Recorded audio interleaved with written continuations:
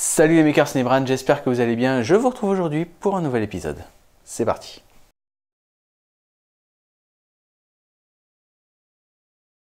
Bien, et tout d'abord, voici le nom du gagnant du giveaway spécial Fallout 76. Donc il a donc gagné une bouteille de Nuka-Cola que vous pouvez voir ici avec un porte-clés en cuir Fallout 76. Et c'est justement sur ce dernier objet que l'on va s'attarder aujourd'hui. Quand j'ai sorti ma vidéo sur le giveaway, on m'a demandé de faire une vidéo sur la création de ce petit objet, ce petit porte-clés. Alors, comme je l'ai dit durant cette vidéo, normalement, je ne fais pas du tout ce genre de vidéo puisque on sort complètement du cadre de mes vidéos d'habitude, impression 3D, laser, ce genre de choses. C'est très loin de mon autre passe-temps qui est le travail du cuir. Mais étant donné que là on va principalement utiliser la CNC laser plus qu'autre chose pour travailler, je me suis dit pourquoi pas, hein. Puis c'est toujours sympa de montrer un petit peu ce que j'ai fait, surtout quand on me le demande. Mais par contre ce genre de vidéo restera vraiment très rare sur la chaîne, hein, puisque quand même vous allez pouvoir le voir, c'est déjà plus long que d'habitude et c'est principalement le travail du cuir, hein. Donc si vous voulez voir d'autres vidéos de ce genre, faites-le moi savoir, mais bon, quoi qu'il en soit, ça n'arrivera pas très souvent. Et pour commencer, on va tout simplement passer sur la table à dessin. C'est parti. Bien, et la première chose à faire pour réaliser le modèle, c'est prendre les mesures. Alors ici, on a une seule contrainte niveau mesure, c'est la taille de notre boucle de porte-clés qu'on va utiliser. Donc forcément, en fonction de la taille, là par exemple c'est du 3,5 cm, et bien la largeur minimum qui va venir sur la pièce en cuir sera forcément différente. Là, par exemple, vous voyez, c'est la même, c'est pas très grand, mais si la boucle était plus petite, forcément, ça serait plus petit également ici aussi. Donc, je veux que ça repose à peu près, pour bien montrer à la caméra, on va dire ici. Hop, voilà. Pas trop haut, mais pas trop bas. Donc là, on a notre distance. Donc ça, c'est la distance qu'il y aura au centre de notre pièce en cuir. C'est la largeur minimum de notre pièce en cuir. Et ensuite, à partir de là, il nous reste juste à dessiner le modèle. Alors, on peut faire le modèle qu'on veut. On peut partir sur une pièce rectangulaire, on peut partir sur une pièce en triangle, n'importe quoi. Bon, là, j'ai choisi de faire une pièce arrondie. Donc, on peut faire la pièce qu'on veut. Donc, tout simplement, il suffit de la dessiner. Alors, je suis pas très bon pour dessiner à main levée. Mais voilà, ça va faire un arrondi à peu près comme ça avec notre logo au milieu. Et donc ensuite, tout ce qu'il nous reste à faire, c'est reproduire la même forme de l'autre côté. Alors là encore une fois, à main levée, je suis pas très doué, mais grosso modo, voilà. C'est à ça que va ressembler notre pièce. Sauf que comme ce sera fait à l'ordinateur, ce sera un peu plus propre, forcément. Bien. Donc ça va nous permettre de relever d'autres mesures, savoir celle-ci, qui est la largeur maximum en fait que l'on va avoir, et celle-ci, la distance entre les deux. Donc là, on a grosso modo trois mesures. La distance minimum qui est au centre, c'est, on va dire A, la largeur maximum B, et la distance entre les deux, C. Et ces mesures vont être très importantes puisqu'elles vont nous aider à faire le modèle sur l'ordinateur. Donc là, si on regarde, on se rend compte que notre modèle peut être facilement séparé en 4 pièces. On a 2 cercles de diamètre B, ici et ici, et 2 arcs de cercle, ici et ici, espacés ici de A en fait. Et en fait, c'est ces pièces-là qui vont nous permettre de réaliser le modèle sur l'ordinateur, puisqu'on va pouvoir modéliser facilement un cercle, 2 arcs de cercle, avec un axe de symétrie ici, et faire le miroir pour avoir le même cercle de l'autre côté. Voilà, sur l'ordinateur ce sera beaucoup plus simple et du coup les deux pièces seront identiques. Alors je ne vais pas rentrer dans les détails de comment modéliser tout ça, puisque en fonction du logiciel que vous allez utiliser et de la CNC que vous utilisez, ça va changer du tout au tout. Donc la technique sera toujours plus ou moins la même, faire un cercle, faire les arcs de cercle en prenant en compte la distance entre ce petit A, ce petit B grâce à la distance C, et ensuite tout simplement faire un miroir ou faire une symétrie, enfin peu importe, selon le logiciel que vous utilisez, et vous obtiendrez à la fin un modèle. Alors une fois que vous avez votre modèle, une fois que vous avez toutes les mesures, vous pouvez le découper déjà sur du papier pour voir si ça vous convient, si ça vous plaît. Et au final, ben après, on aura notre modèle final qu'on pourra découper sur du cuir. Et donc maintenant, on passe sur l'ordinateur. C'est parti. Ok, donc là j'ai le modèle sur mon logiciel pour la CNC. Hein, donc vous voyez, c'est vraiment tout simple. Hein. Je l'ai fait, je crois, sur Fusion 360. Et ensuite, je l'ai importé ici et je l'ai modifié légèrement pour qu'il puisse rentrer pour ma CNC. Hein. Et donc, vous voyez, c'est vraiment tout bête. Hein. Juste deux cercles avec deux arcs de cercle. Donc maintenant, je vais y ajouter mon petit logo. Hein. Donc, voilà. Donc quand on met le logo, il y a deux choses auxquelles il faut faire attention. Déjà la couleur. Donc là vous voyez c'est du bleu et du blanc. L'important avec la CNC c'est que ce soit deux couleurs hein, bien distinctes. Le blanc ne va pas se graver et le bleu va se graver. Alors l'idéal c'est d'avoir du noir et blanc. Hein, donc je pourrais coloriser tout ça en noir et blanc. Mais vraiment l'important c'est de ne pas avoir des gradients de couleurs trop compliqués pour la CNC. Là monochrome, hein, bleu et blanc, noir et blanc, c'est ce qu'il y a de mieux. Pour ce genre de logo simple, hein, bien sûr, si vous avez plusieurs couleurs à faire, plusieurs gradients à faire, là, il va falloir jouer sur les niveaux de gris. Mais en attendant, là, c'est suffisant. Deuxième chose très importante, c'est la taille. Donc là, vous voyez, on pourrait se dire, ben, je voudrais que le logo, il prenne le maximum de place. Sauf qu'il ne faut pas oublier une chose, c'est qu'on va coudre. Hein, à environ 3-4 mm du bord.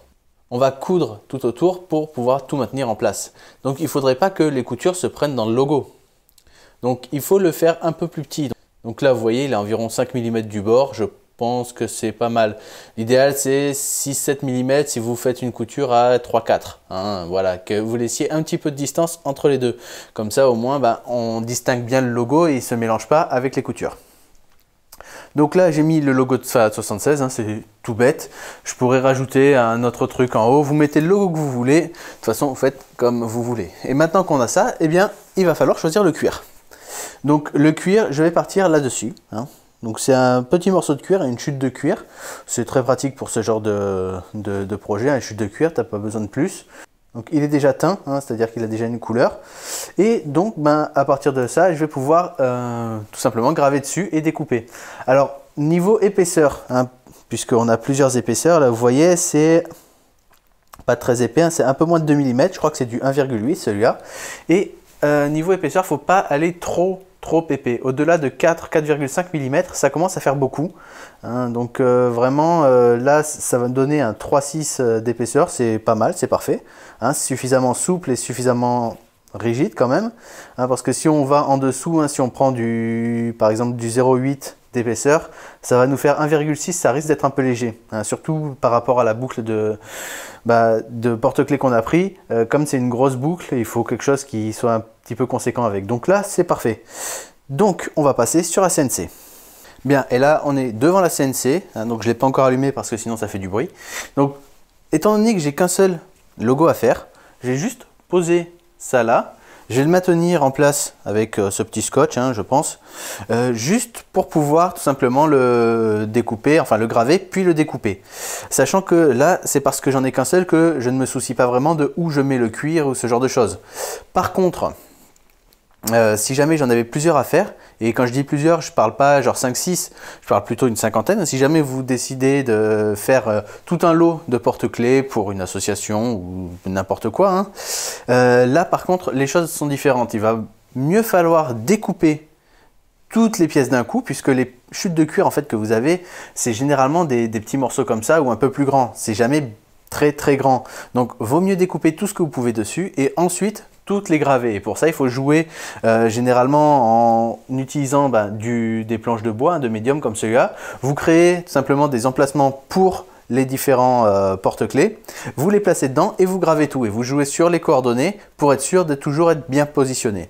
Mais là, c'est pas notre cas, donc pas de souci de ce côté-là. Alors, si jamais vous n'êtes pas sûr d'avoir suffisamment de place pour pouvoir graver, le mieux c'est de faire un test directement sur le bois. Hein. Vous gravez, vous voyez où est votre modèle et ensuite, hop, là, vous placez votre morceau de cuir. Et vous le mettez par-dessus en sachant exactement où est-ce que ça va coller. Donc là, je vais tout attacher et ensuite, je vais lancer la machine et on va commencer à graver.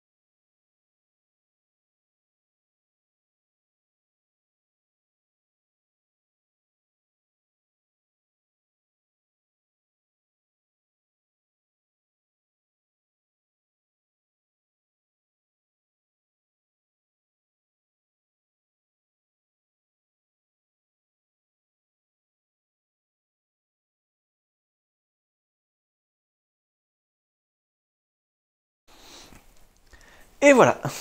Donc là, tout est découpé. Alors, quelques petites mises en garde quand même si jamais vous voulez faire ça chez vous, hein. Tout d'abord, quand vous utilisez un laser sur du cuir, ça dégage une très forte odeur. Donc faites ça dans un endroit ventilé, hein, et ajoutez de la ventilation. Sérieusement, c'est assez puissant comme odeur et ça reste, hein. Et deuxièmement, le cuir n'est pas aussi facile que ça à découper.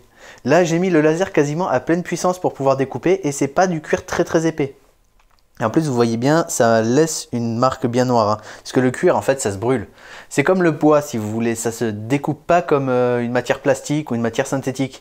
Ça va se brûler, hein, donc si vous y allez trop fort avec un laser, par exemple, qui n'est pas assez puissant, et que vous voulez essayer de découper donc en plusieurs passes, vous allez plus brûler le cuir qu'autre chose. Là, 40 watts, c'est suffisant pour couper ça, hein, c'est peut-être aller 1,8 je crois, j'avais dit, même pas, ça doit être du 1,2, ça peut-être 1,2, 1,5 mm.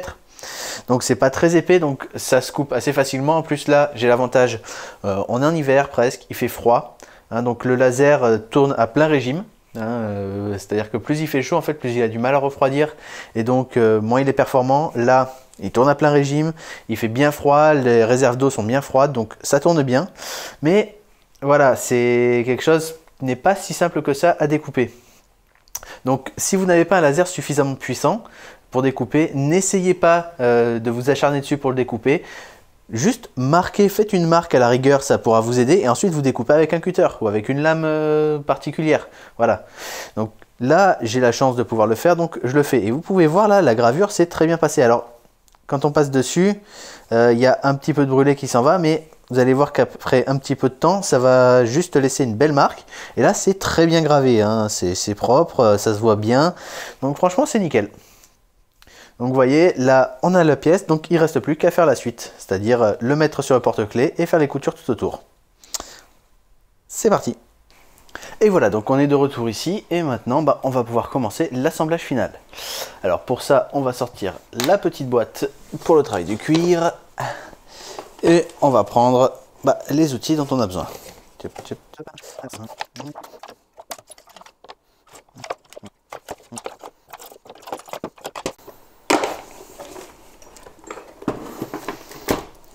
Bien.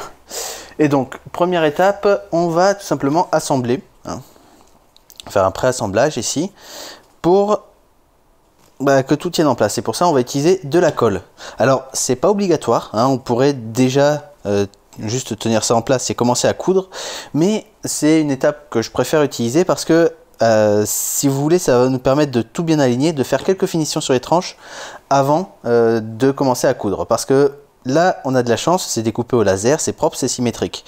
Mais mettons qu'on découpe ça à la main, hein, les tranches ne s'aligneront pas aussi bien que là. Donc, tout coller va nous permettre de faire les finitions avant de commencer à coudre. Parce que si on coud d'abord et qu'on fait les finitions ensuite, eh bien, les coutures ne seront pas parfaitement alignées avec le bord. Donc c'est dommage. Donc là, on commence avec juste un petit peu de néoprène, hein, c'est de la colle de contact. Donc juste sur les bords, hein, juste de quoi maintenir. Et comme ça, ça va nous permettre juste de tout maintenir en place. Donc vraiment pas grand chose, hein.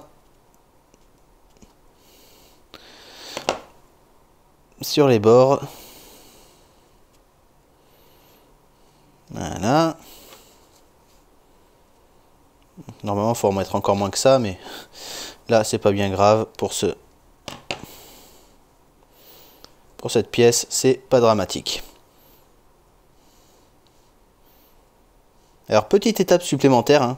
Si vous voulez, vous pouvez ajouter, par exemple, à l'intérieur, une puce NFC. On trouve ça facilement sur Internet, sur Amazon, ça coûte que dalle. Et ça permettrait en fait de transformer ce porte-clés en clé électronique, par exemple. Alors bon, j'en ai pas sur moi, donc je peux pas le faire, mais voilà, ça rajoute une petite fonction sympa au porte-clés. Donc là, c'est bon, il faut attendre que ça sèche avant de tout coller, hein, parce que c'est une colle de contact. Et ça prend à peu près 5 minutes. Bien, donc ça fait suffisamment longtemps. Donc maintenant, il reste juste à presser les deux volets l'un sur l'autre, hein, et ça colle. Alors, c'est une colle qui tient bien, hein, donc il faut s'assurer de bien tout aligner avant de presser complètement, c'est pas toujours évident. Donc voilà, c'est pas parfait, mais ça fera l'affaire. Donc voilà, donc si vous êtes feignant, hein, vous pouvez vous arrêter là, c'est fait. Donc maintenant, on va passer au reste de la finition. Alors avant de faire les coutures, on a besoin de faire 2-3 petites choses sur la tranche. Tout d'abord, pour égaliser un petit peu tout et pour enlever ce noir brûlé, je vais utiliser ceci. Alors c'est une simple lime à ongles, hein. Vous pouvez utiliser du papier de verre ou quoi que ce soit.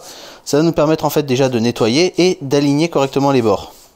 C'est pratique quand vous découpez manuellement des arrondis par exemple. Ça permet d'avoir un bord propre. Et voilà, il n'y a pas grand chose à faire, mais ça permet de tout bien faire correctement. Vous pouvez utiliser du papier de verre si vous n'en avez pas, des limes comme ça. Ah, ça dépend des personnes, hein. Ça coûte que dalle. Facile à trouver. Voilà. Donc là, notre tranche est déjà un peu plus propre, hein, vous voyez, c'est plus du tout noir. Donc ça, c'est bon. Maintenant, on va s'attaquer au bord. Et pour ça, on va utiliser ceci. Voilà, c'est un petit outil qui va me permettre d'ébavurer en quelque sorte. Ça va retirer un petit peu de matière sur les bords. Voilà. Ça va tout simplement désépaissir, ça permet d'avoir des bords un peu plus arrondis que ça. Hein. Parce que là, c'est vrai que c'est un peu brut, donc en faisant ça, ça nous permet d'arrondir un petit peu tout, de rendre ça plus propre, plus correct, on va dire. Un peu plus travaillé que juste le bord carré qu'on a de base. Donc là la boucle c'est un peu compliqué mais bien grave. Voilà. Pas besoin que ce soit jusqu'au bout puisque l'intérieur on s'en occupe pas. On fait ça des deux côtés. Voilà. J'ai peut-être prévu un peu large par rapport à l'épaisseur du cuir. Donc je fais que des petites passes. Mais voilà, c'est pratique comme outil. Alors, si vous n'en avez pas, puisque c'est un outil qui est quand même assez spécifique au travail du cuir, vous pouvez facilement le remplacer par un cutter. Hein, mais là, il faut faire très attention. Vous pouvez y aller à la lime aussi hein, pour arrondir. Voilà, là, c'est juste comme j'ai ces outils-là. C'est pas mal. Bien.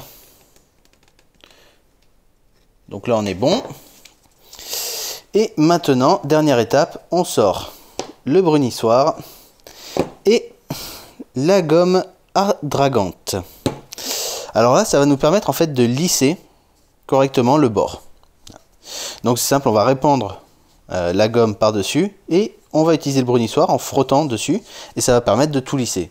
Alors, ce sont des outils spécifiques pour le travail du cuir, mais vous pouvez facilement les remplacer. Hein, le brunissoir, c'est juste un morceau de bois avec une encoche, hein, tout bête.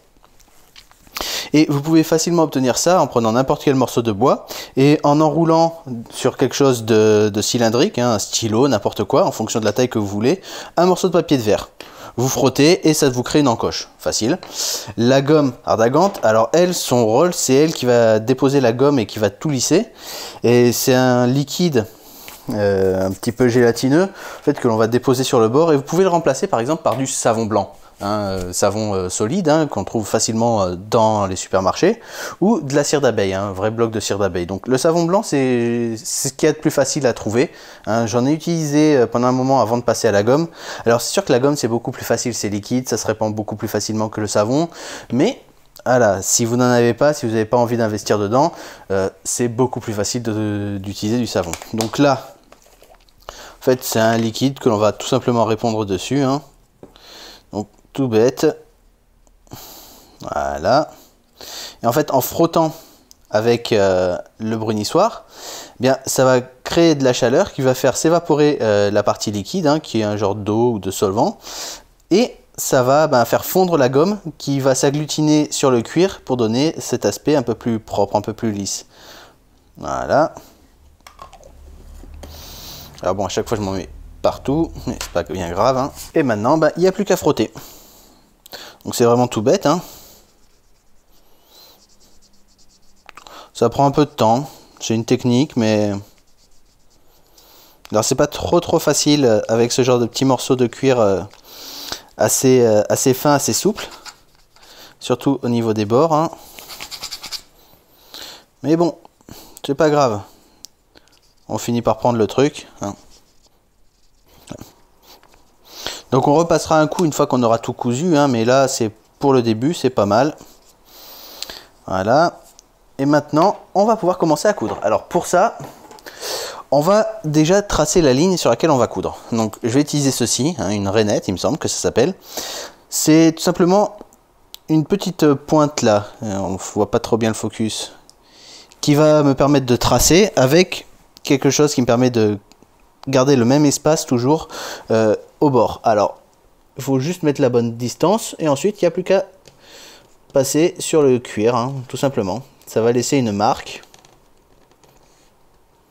Voilà. Qui va nous servir de guide pour la suite. Voilà.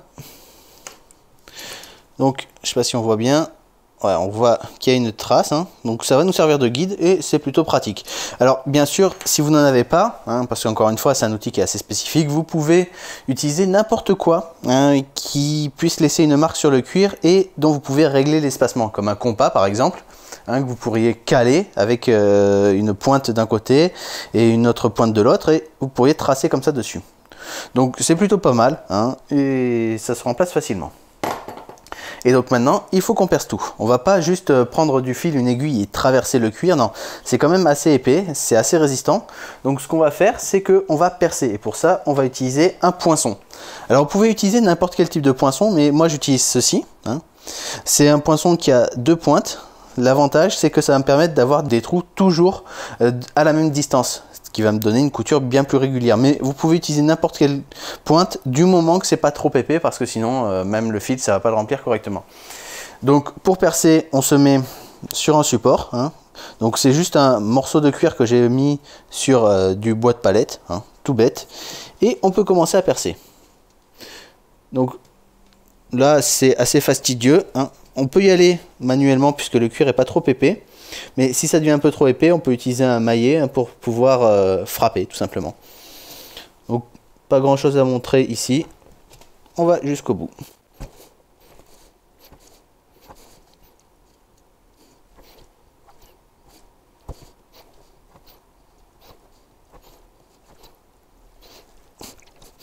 Et voilà. Donc si vous avez pu voir, j'ai commencé d'un côté puis ensuite je suis recommencé par l'autre côté, tout simplement pour avoir les deux premiers trous bien alignés, hein, c'est tout. Donc c'est fait et maintenant il ne reste plus qu'à coudre. Alors ça c'est la partie la plus longue. Si jamais vous faites travail du cuir, hein, si jamais vous vous lancez là-dedans, sachez que coudre ça va vous prendre tout votre temps. Mais vraiment, hein, c'est très long, hein, mais le résultat est plutôt pas mal. Et pour ça on a besoin de fils déjà.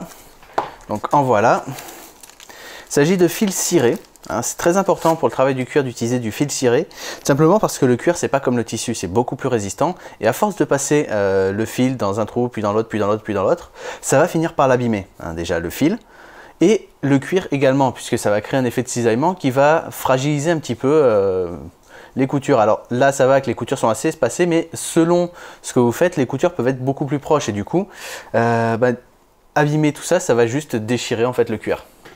Donc là, avec du fil ciré, en fait, ça va passer beaucoup plus facilement. Donc on va déjà prendre la bonne longueur de fil. Alors pour ça, la règle, c'est de prendre 3 à 4 fois la longueur de votre ligne de couture. Donc tout bête, hein. Hop, voilà. Là, il n'y a pas grand chose à faire, donc on peut prendre un peu plus même, on ne va pas gaspiller. Je sais pas si je suis... Ouais, c'est bon, je suis bien en caméra. 3 fois... 4 fois, et même un petit 5, hein, puisque là il n'y a vraiment pas beaucoup de fil. Voilà. Donc ça, c'est bon. Et ensuite, il nous faut juste 2 aiguilles, une à chaque bout. Donc, top, top. Alors, je ne sais pas exactement quelles aiguilles il faut vraiment choisir pour le travail du cuir ou quoi que ce soit. Donc celles-là, je les ai trouvées dans un supermarché, hein. C'est des aiguilles assez classiques et ça fait très bien l'affaire pour ce genre de trou. Voilà. Donc on place l'aiguille, on la pique.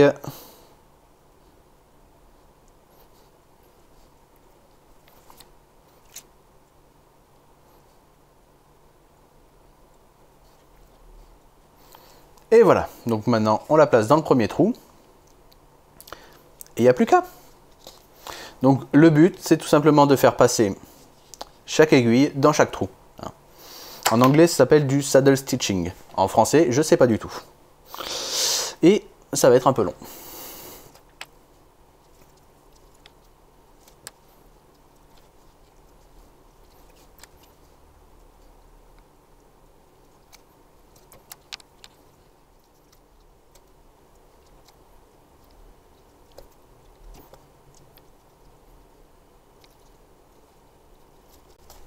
Et voilà, donc là je viens d'arriver au dernier point.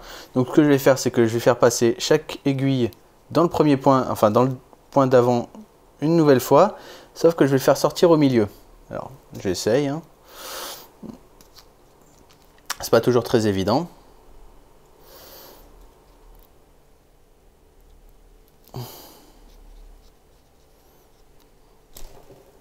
Voilà, une.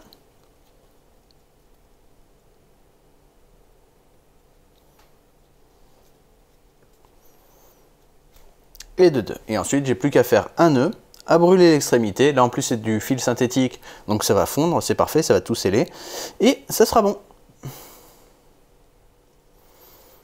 Alors, voilà. Donc si jamais vous avez peur que le nœud se voie un petit peu trop, que ça fasse trop épais, suffit de donner quelques coups, généralement dessus, hein, avec une masse, enfin avec un petit marteau, et ça se réduit assez bien. Donc là, ça...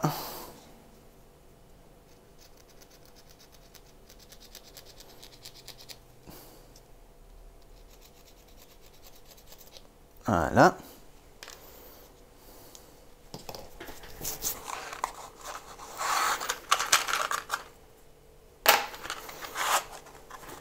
Une petite allumette.